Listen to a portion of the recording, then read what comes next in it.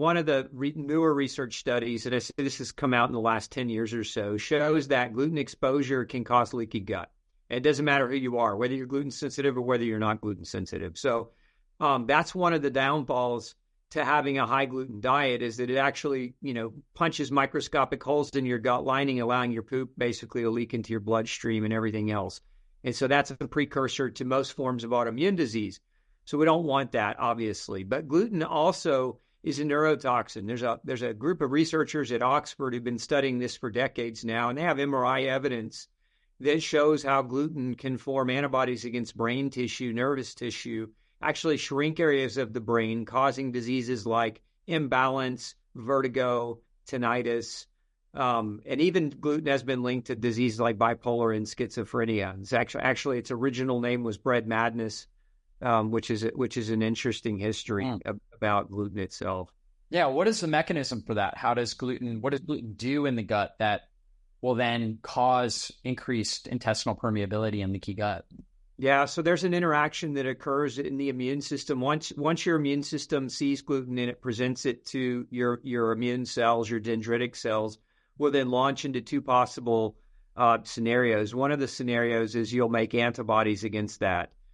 These antibodies are basically little weapons that are trying to neutralize gluten, but in the process of neutralizing gluten, they cause inflammation to the surrounding tissues. So it's kind of like, friendly fire killing the wrong person, right? So if that inflammation is occurring in the gut, you get inflammatory damage to the gut. That's what leads to the classic celiac disease, or villus atrophy is the hallmark, sign of that, which is basically just an erosion of the folds of the intestines. So it causes malabsorption and really severely can affect a person's health. We see the same kind of antibody reaction also occurring in brain tissue. There's an enzyme called tissue transglutaminase, or TTG, that is present also in the brain. And so some people, when they're exposed to gluten, the antibody responses are occurring in the brain tissue. And so you can get the outcome of that can be what we call brain inflammation, right? Brain inflammation, which can contribute to depression and anxiety and bipolar situations. Even schizoaffectives or schizophrenics have been shown to have, a high percentage of them have been shown to have gluten antibodies. We've actually seen in our clinic a number of schizophrenics get better. Now, I'm not saying that all schizophrenia is caused by just gluten. There's certainly an array of different potential things that can happen with neurological disease, but gluten is a major trigger.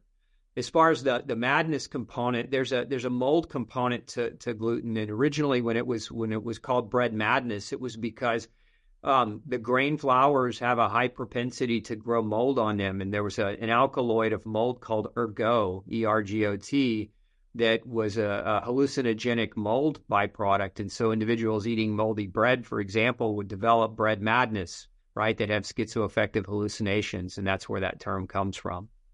Oh, yeah, that's really interesting. Now, a lot of people will go gluten-free and they'll buy stuff that's gluten-free. A lot of it's made with what's considered gluten-free sources like corn and rice.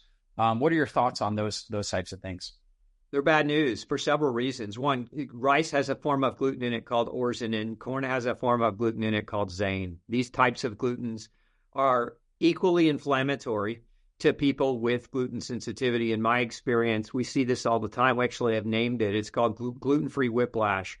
It's when a person originally goes gluten-free. Generally, they go wheat, barley, rye-free. There's a period of improvement that they start feeling better. But once they start discovering that gluten-free food aisle with all the corn and rice products, they start going backwards. They start whiplashing backwards into health issues again. So it's not something I recommend, although technically, the FDA considers those grains gluten-free. They're just different types of gluten that can stimulate similar types of inflammatory reactions.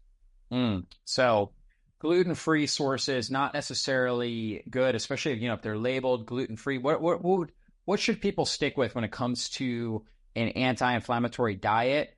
How do you approach that in your clinic? We test them. I mean, the best thing to do is test, don't guess. That's my opinion of it. So we test to see, because a person could be gluten sensitive, but they could also be reactive to dairy. They could be reactive to broccoli. I see people reactive to blueberries. I mean, it's an array of potential possibilities. And so when we establish a person's diet, we first test them to discern what their immune systems perceive to be the threat, right? And then we can modify their diet based on their own uniqueness. And in that way, that's the ultimate personalized, anti-inflammatory diet. Now, if we're generalizing, a safe bet would be bioorganic foods. When you're talking about, plant-based products, try to avoid processed food at all costs. There's major studies coming out now on ultra-processed food really causing a lot of inflammation and damage. And so it's just a safe bet to stay away from those types of things. So whole food, organic food when it comes to meat, grass-fed, free-range, organic, wild-caught are some good general guidelines to follow if you're just trying to make sure that you're avoiding the chemicals and the processing and some of the other things that are just not good for any human. Yeah, that makes sense. So obviously trying to get rid of the processed foods, really sticking with whole, real foods. It's a great baseline as far as nutrition goes. Now, what are some of the nutritional deficiencies that you see associated with people that, maybe dealing with autoimmunity, gluten sensitivity, a lot of the different issues that you're seeing in your clinic?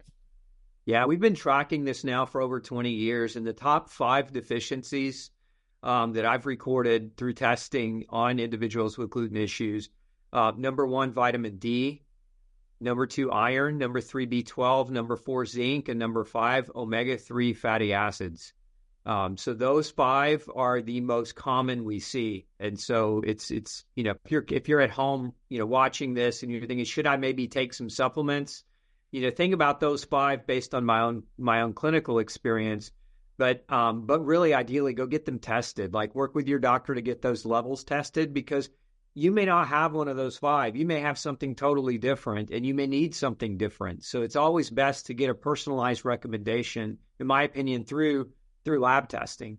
Yeah, especially with some of those like iron, for example. A lot of people have high iron, right? So certainly we see iron deficiency anemia, which tends to be a lot more common in menstruating females in particular, or people that have inflammatory bowel disease where they have malabsorption. Then those individuals are at higher risk. But most men, for example, actually have too much iron already. So if they start supplementing with iron, it's actually going to cause more oxidative stress and inflammation in their system. So yeah, you don't want to guess. I know you didn't mention magnesium. Is that somewhere in your top 10? Actually, no, it's probably in my top 15, but Really? I know that's probably counter to what a lot of people see on the internet. And I'm not saying that magnesium's not important, but I don't think that many people, at least not in my experience, in over 10,000 tests, actually more than 10, probably closer to 50,000 tests, but over 10,000 individual people, where we just don't see magnesium as frequently as what it's being reported. Now, I think a lot of people benefit from magnesium because it actually has therapeutic effects, right? It's a natural muscle relaxer. If you've got anxiety or muscle tension, it's going to have a therapeutic effect. That effect may not be correcting a deficiency per se. It may just be the relaxation effect that magnesium presents and makes a person feel better. But we don't see the level of deficiency that's oftentimes reported. I've seen reports where it's like, 8 out of 10 people are deficient in magnesium, and that just has not been my experience. Yeah, that's really interesting. I see a lot of people respond really well putting them on magnesium, but like you said, maybe the calming effect, the effect on helping balance the glutamate to GABA ratio in the brain. Glutamate is the gas pedal, and GABA is the brakes. And most people, when they have inflammation, particularly brain inflammation, they have a distorted ratio, too much glutamate, not enough GABA, and then the nervous system is overexcited. And magnesium is a real powerful calming brake-like effect. And a lot of people are noticing improvements there with improved sleep, relaxation, better stress resilience, things like that. Yeah, for sure. And on the gut too, with constipation, a lot of people use it. I look at magnesium as almost like one of the antidotes for sympathetic dominance. So when somebody's in chronic inflammation mode, their nervous system is generally sympathetic dominant, and so magnesium can kind of help balance that. And certainly therapeutically can be very effective. And there's not really a great danger to using magnesium. So I think if it helps a person, more power to them. But I'm always cautious in practice that we don't try to use what I call green medicine, which is where you use supplements to appease their symptoms without digging for why their symptoms exist. So I'm perfectly fine with saying, yeah, take the magnesium for now to improve your quality of life, but let's really try to understand the deep underlying reasons as to why your problems exist so that you don't need to take magnesium forever for the rest of your life in extra high doses. Yeah, that's always a good idea. Just try to find the root cause factors.